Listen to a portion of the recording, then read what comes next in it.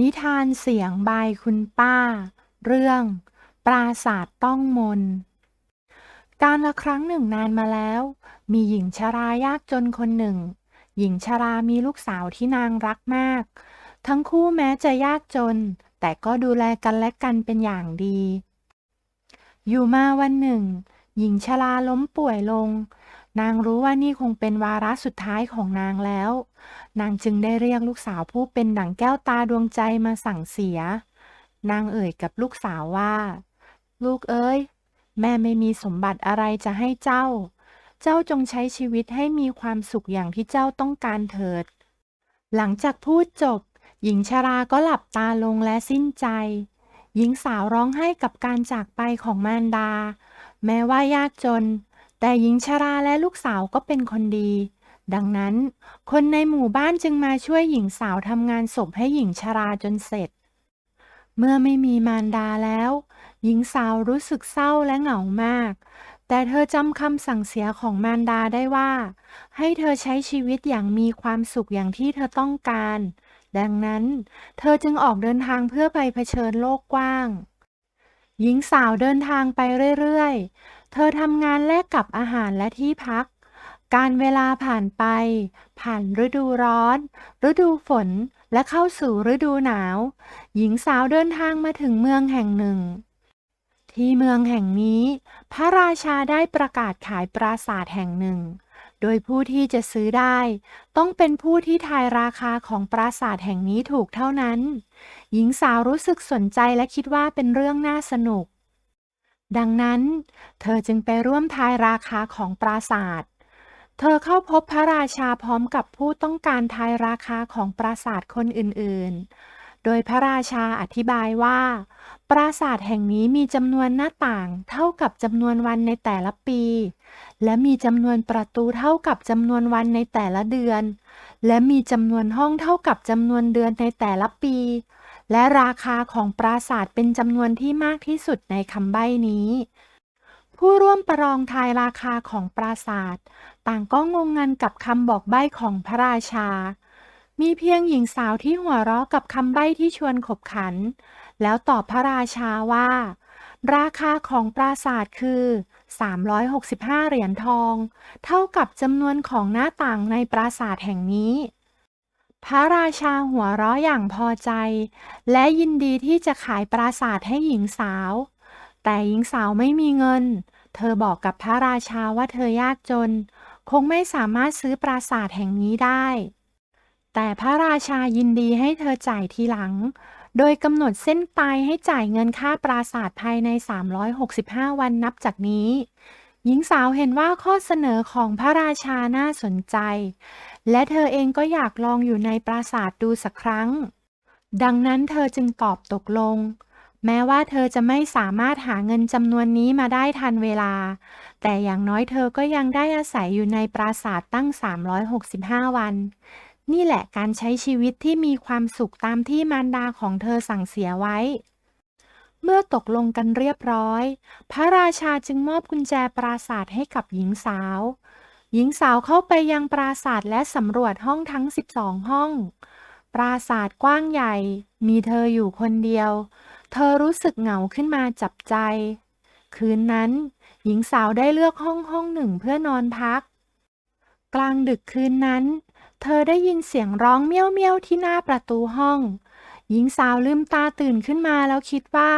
เจ้าแมวน้อย เจ้าคงเหงาเหมือนกันละสิ แล้วเธอก็เปิดประตูให้เจ้าแมวน้อยเข้ามา มันเป็นแมวน้อยขนฟูสีดำ ดวงตาของมันมีสีเขียวสุกใสเหมือนมรกต หญิงสาวอุ้มแมวน้อยมานอนด้วยกันบนเตียงแล้วหลับไป เช้าวันต่อมาเมื่อหญิงสาวตื่นขึ้นก็พบว่าเจ้าแมวน้อยหายไปเสียแล้วหญิงสาวรู้สึกสงสัยว่าเจ้าแมวน้อยออกจากประตูห้องไปได้อย่างไรในเมื่อประตูห้องปิดอยู่แต่เธอก็ไม่ได้ติดใจอะไรมากนักหญิงสาวใช้เวลาทั้งวันดูแลความสะอาดภายในปราสาทและส่วนรอบๆปราสาทมีผลไม้ปลูกไว้หลายต้นหญิงสาวคงไม่ต้องห่วงเรื่องอาหารไปสักพัก เธอวางแผนที่จะเก็บผลไม้เหล่านี้ไปขาย หาเงินมาเป็นค่าปราสาท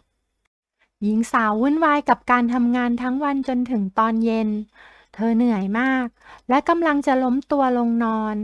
แล้วเธอก็เห็นเจ้าแมวน้อยเดินเข้ามาในห้อง หญิงสาวยิ้มแล้วถามเจ้าแมวน้อยว่าเจ้าหายไปไหนมาแมวน้อยกระโดดขึ้นมาบนตักของหญิงสาวแล้วคายของในปากออกมา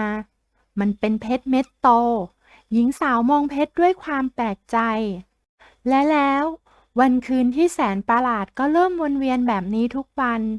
เจ้าแมวน้อยจะหายไปในตอนเช้าและกลับมาพร้อมเพชรในปากทุกคืนในที่สุดหญิงสาวก็เก็บความสงสัยเอาไว้ไม่ไหว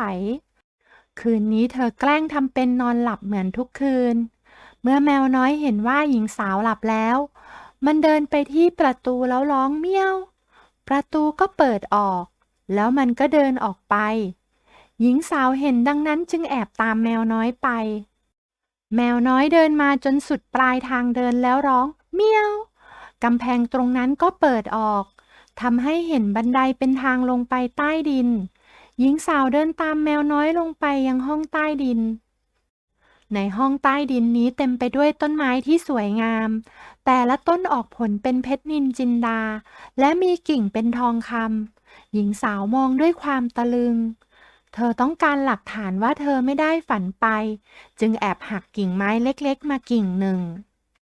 กิ่งไม้สั่นไหว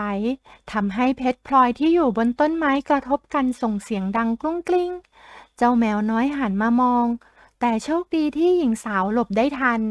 เจ้าแมวน้อยไม่เห็นใครจึงเดินต่อไปเมื่อเดินมาถึงลานกว้างอยู่ๆเจ้าแมวน้อยก็กลายร่างเป็นชายหนุ่มรูปงาม